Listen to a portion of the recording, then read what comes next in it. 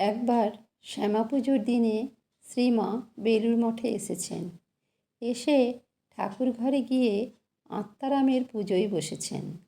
পুজোয় বসে তাঁর দুই চোখ থেকে দর দর ধারায় প্রেমাস্ত্র ঝরতে থাকে, দুটি হাত কাঁপতে থাকে। বহুক্ষণ আত্মারামকে হৃদয়ে ধারণ করে থাকেন। পরবর্তী ঘটনার বর্ণনা প্রত্যক্ষদর্শী আশুতোষ মিত্র দিয়েছেন এইভাবে।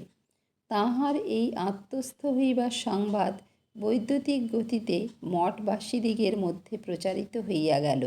ফলে সকলে আনন্দে অধীর হইয়া নিম্নে বৃক্ষতলে সমবেত হইয়া খোল করতাল সহকারে গাহিতে ও নৃত্য করিতে থাকিলেন।